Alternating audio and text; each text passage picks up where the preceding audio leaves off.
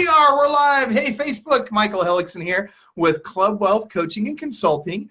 And I got to tell you, I am so stoked because one of my very favorite people on the planet is here with us today. And that is not just Amy Izzo, but Coach Amy Izzo. So excited to have you on. I got to tell you, seriously, I just love you, first of all. I just absolutely love you, Amy. And I don't know anybody that I know that you know that doesn't love you. It's like all of our mutual friends just love you to death. And I get why, right? Well, thank you. I love you all back. So here's the thing. So today we're talking about how to recognize when it's time to build a team, right? And we're doing this because, and for those of you that have never met Amy or me, we are both coaches with Club Wealth. This is not a sales pitch for Club Wealth. We just literally want to help you guys. We're going to bring you some value today, and we're going to talk about, when is it the right time to build a team? Because, teams are it, right? Everybody gets that it's all about teams. And if you're not on a team, you better be building a team. If you're not on a team or building a team, you may not be in this business much longer, right? I mean, it's a tough business to be the Lone Ranger. And I'm not saying you can't be the Lone Ranger or a solo agent. I'm just saying that the marketplace is making it more and more and more difficult to be the Lone Ranger all the time. And by the way, we got some big names watching us today. I got to tell you, I'm seeing Cherie, the monster. Cherie is an absolute monster agent. She's watching. Cherie Benjamin. We got Rachel Fogler. We got Oscar Montalvo, Rich Phillips, Minna Spurgeon. We got all these people joining us. You guys, please, to help us out, type in your questions for Amy and I in the questions box on the Facebook feed here, or if you're on the webinar, type them in there. But Amy, thank you for joining me today. Tell everybody really quick, how long have you been in the business? This last year, you had some major growth in the last year. So what I'd like to know what were you doing the year before that? What was the catalyst for the change? I know part of the catalyst, but not only that, but what things did you also change to make that major shift, and what did it look like? Okay, so this 2018 is my fourth year in the business. This is a second career for me.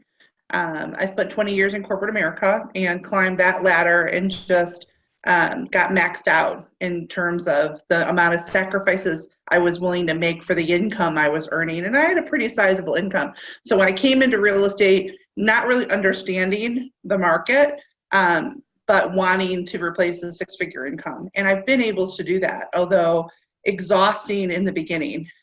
It was. In 2016, I did $6 million as a solo agent, had about 150 GCI. It was about 33 transactions. And I was really working a ton of hours, and I didn't have good, any kind of balance. So I came into real estate to spend more time with children. I have two 17-year-olds, right? Sorry, I'm laughing because I'm like, yeah, surprise, welcome to real estate. Flexible schedule. Right, that's why I came into real estate, as I thought I could make $1 million and have a flexible schedule. And not that you can't do that, but there's a method to the madness, right, to get there. So I came in, didn't really have a roadmap, but jumped in head first. Was very fortunate, I will say, to join a really wonderful independent brokerage, and probably got more support than most people get in their first couple of years in the business. And so was really able to do well right from the very beginning, but got to a point where I was running myself ragged and sacrificing my family. And I'm on a weight loss thing. When you lose weight, you talk about non-scale victories.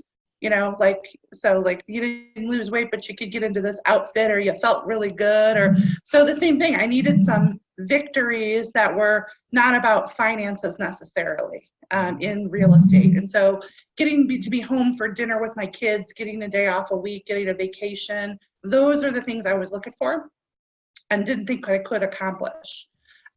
So then 2017, I had like 64% growth. Really in like 9 months. So between March of 2017 and like mid-December. So I did 235 in GCI and 52 transactions as solo agent, and started building a team. Well, I've had some turnover. So started building a team November, December, ish. Really tried to start prior to that and had some bumps in the road. But now I'm starting to rock and roll there. That's huge. By the way, how long have you been, how long have you been a coaching client at Club Wealth? April of 2017. I joined April of 2017, and that's when you hit that. That's actually right when your growth spurt started. Then it looks like. Yeah, I attended listing agent boot camp in March in Vegas. Changed my life, and that's where I met you for the first time.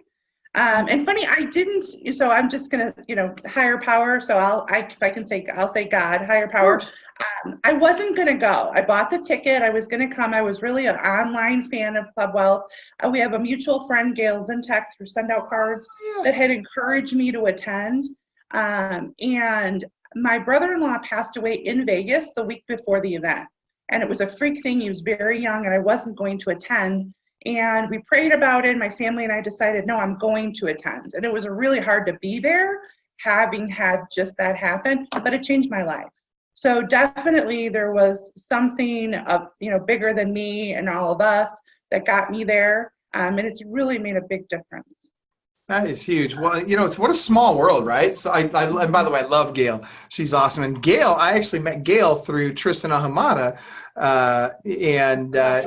It's like it all kind of comes around, right?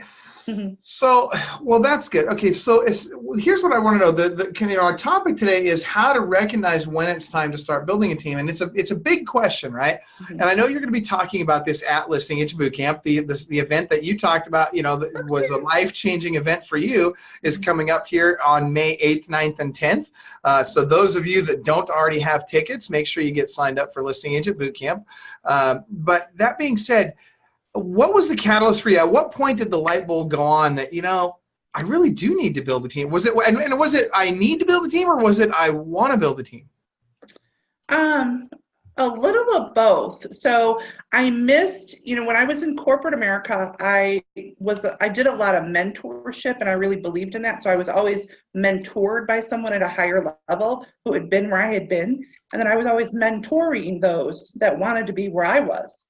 And I really missed that in my real estate business. And so, and I went from, well, I can't even imagine how to get that, I'm running myself ragged, to really having a good rhythm down in my business, but wanting to do more and really wanting that to be about impacting people's lives in a positive way, including my own and my family's, but others as well. And to being able to now do some outreach and help others, just achieve in this business. Because I really have learned very quickly that a big gap in this industry is education. So, and really knowing what to do. We have the amount of agents that struggle and go out of business compared to those that do well is astounding. And it shouldn't have to be that way. So it really became about, I want to make an impact, and one way to make an impact is to build a team.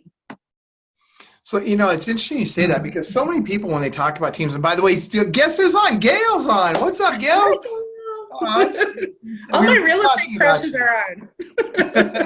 Thank you for introducing us, by the way, Gail. And Amy was just shouting your praises for having been the catalyst for her attending her first life-changing Listing Agent Bootcamp. But, it's interesting you mentioned that a big part of the reason why you want to build a team, or why you originally wanted to build a team, and why you continue to build it, is that you wanted to give back. You wanted to help other people, and particularly those agents that would in the future be on your team.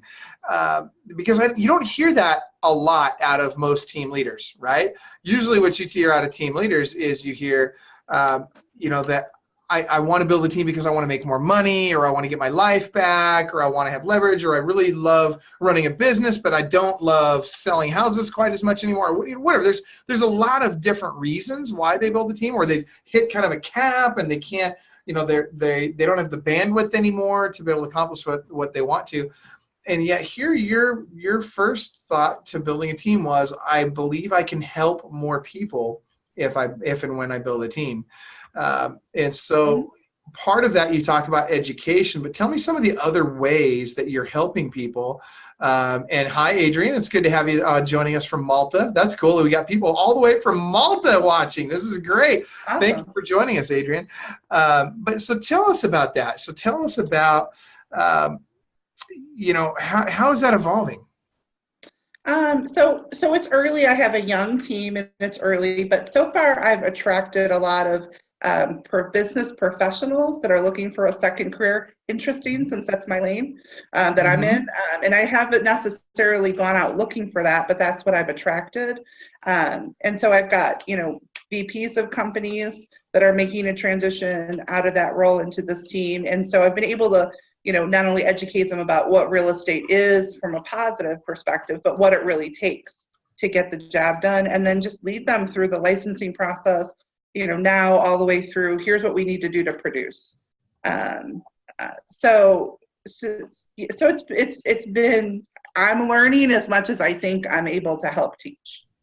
Okay, so you're talking about transitioning agents. So I'm assuming, because Barry Jenkins also does a lot of this, where he's hiring people that already have a full-time career and may or may not ever be full-time in real estate, but a lot of times, and more often than not, the plan is they want to transition out of that corporate job and into real estate. And so is that one of the personality types you're looking for, or the situational types you're looking for? One of the types I'm attracting, yes. And I have a little mix of both. I have a couple right now that are starting, that are full-time, have left their jobs, had the financial ability to do that. And then I have a few that are doing a little of both. It's part-time. So, and they're making the transition, but intend to go full-time. Okay, perfect. All right, so let's take another step back. So I love that you're bringing those people onto your team, but I want to come back to this whole, how do I know it's time to start a team? We got a lot of people watching right now that don't have a team yet. We have a lot of people that maybe have an assistant, but they really don't want a big buyer's agents on, or they're not sure if they should. What would you say to those folks? How do they determine if it really is the right time to build a team or not? Well, I think when your level of service isn't what you are used to delivering, then it's time to examine why that's happening. Is it that your schedule really just needs to be tighter, or have you gotten to a point where you've maximized at least 80%, right? You're 80% good on your schedule, and you're still not delivering the service that you want. For me, I went from, wow, I got my life back and I'm making really great money really fast, to, I got my life back, but I'm starting to lose it again, and I'm feeling exhausted. And now I'm picking, which family events I'm going to do and I'm not going to do. And and all of this happened for me in 9 months, right? From, I went to listening boot camp in March, and probably by the middle of the summer, I was like, I need a team. I'm exhausted. I need help. I want to help others. I'm afraid to take a vacation, and I just overcame that. So how did I get here again? Well, it's volume. So you max yourself out. And so for me, that was the first sign, was I was having dreams of like having the superpower to clone myself. And that doesn't exist. No. So you need to do that through the team. And I probably should have started that team process, Coach Ron Anderson, sooner than I did. Dude, I'll tell you what, Ron is hardcore about that, isn't he? Yeah, I tend to learn things the hard way. So although Coach Ron says, here's what you need to do, and I'm like, yeah, I get to it. Well, but that's the thing, but you're hitting the nail on the head, and a lot of people do that, right? A lot of people, they get great advice from their coach, and they procrastinate doing it, right? They just like, yeah, whatever, I'll get to that eventually. And then when you finally do it, and I hear this all the time. I mean, literally every day I hear stories about someone who got this great advice from their coach, and their coach's like, look, this is the one thing that you need to do right now. This is it. This is the one thing. And the client says, yeah, I know. I need to do it. Okay, I'll do it.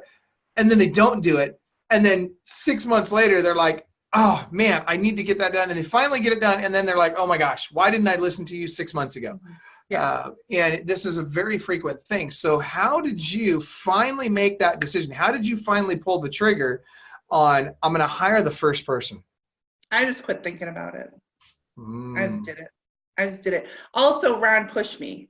So he made me go, so a lot of people go on and they do the money thing. I will pay $5,000 to Club Wealth if I don't do this by this date. Ron's like, nah, that's not going to work for you. You'll just figure out how to make another 5,000 so you can cover that, which he's right. I'm very driven that way. So he's like, that's not going to work for you. He said, but you'll be embarrassed if you tell the world you're going to do something and you don't achieve it. So you're going to go tell everybody what you're going to do. And you're gonna do that. You're gonna put it all over Facebook. You're gonna tell everybody what you're gonna do, and then you're gonna tell them when you're gonna report back. And I'm gonna write that date down to make sure you do it. So, tell me. So, if I tell the world I'm gonna do something, I better do it. It's funny you mentioned that. I'm actually typing this into the comments right now because you said, for some people that works really well. And it does. For example, Misty Bruton is a perfect example.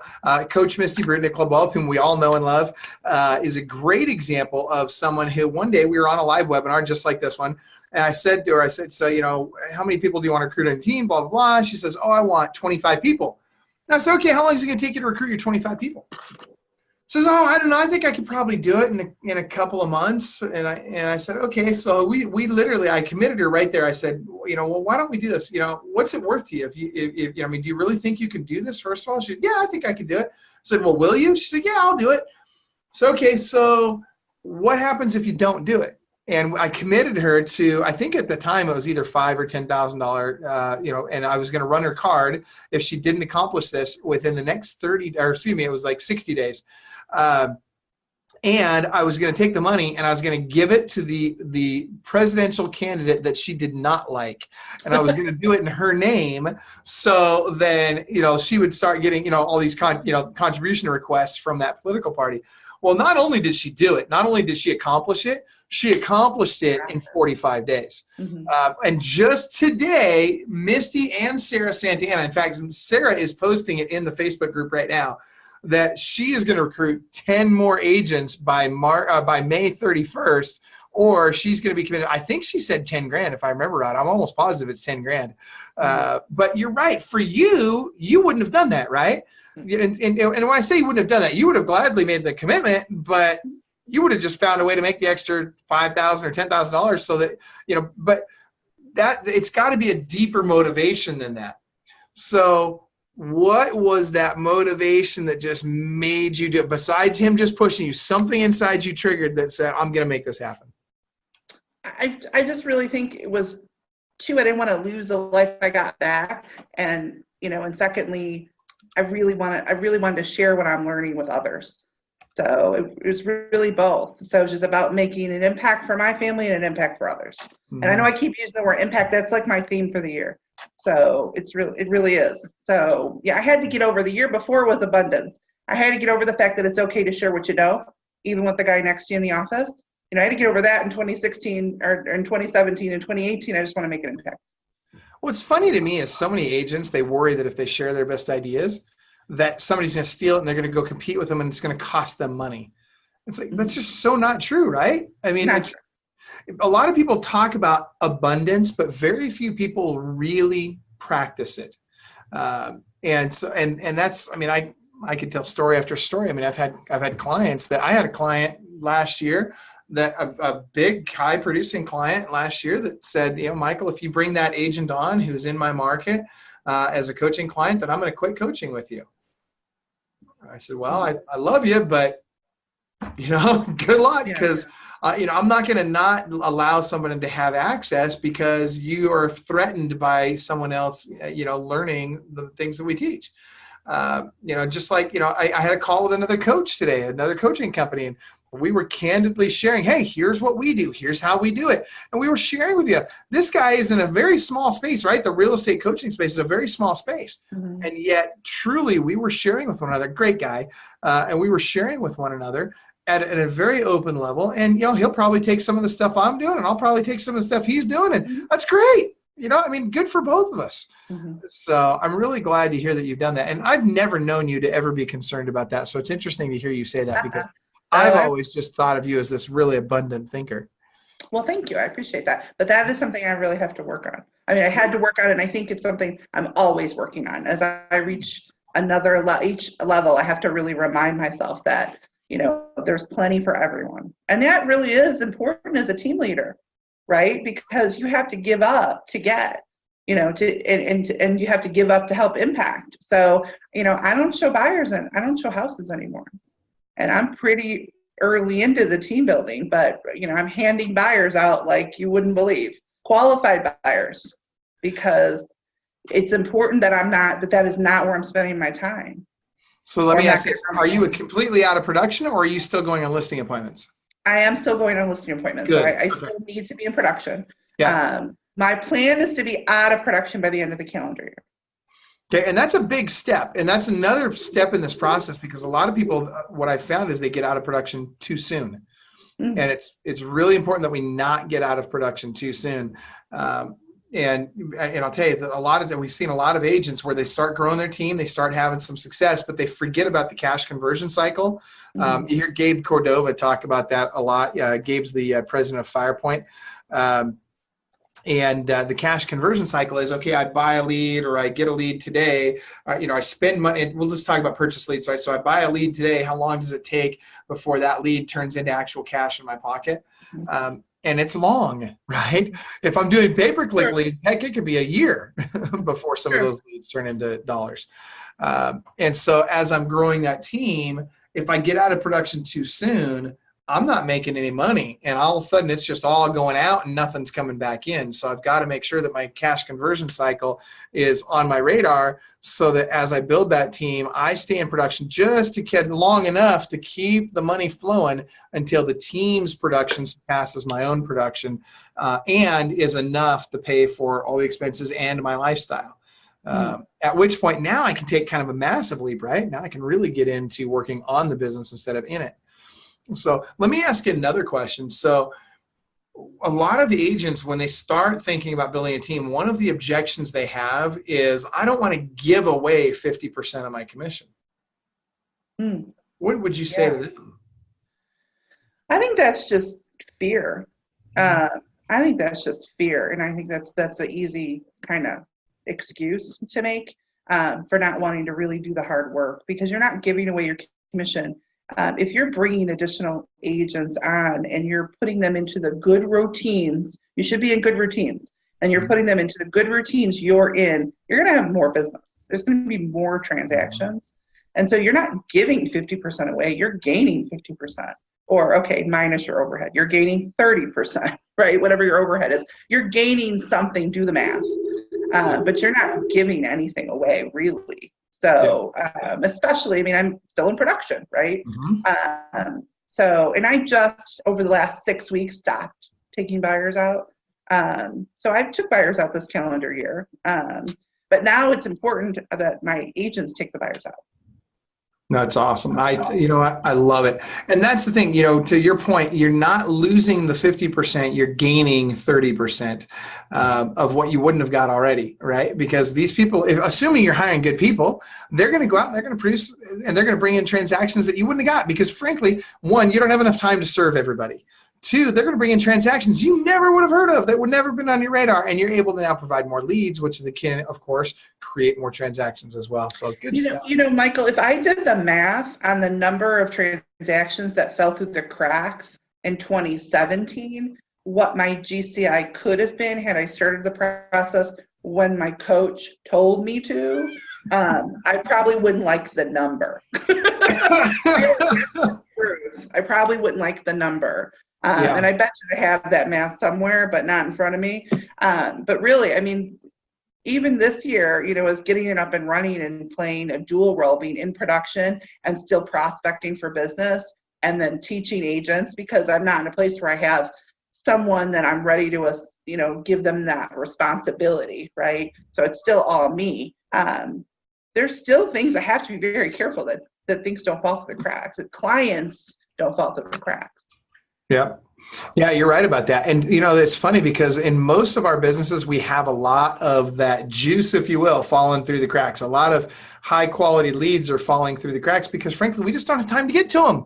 We can't do it all ourselves. And so, and what really that means is some of the people that think, oh, no, I give the best customer service in the world and it's got to be me all the time because I'm the best. Well, first of all, it's ego. right?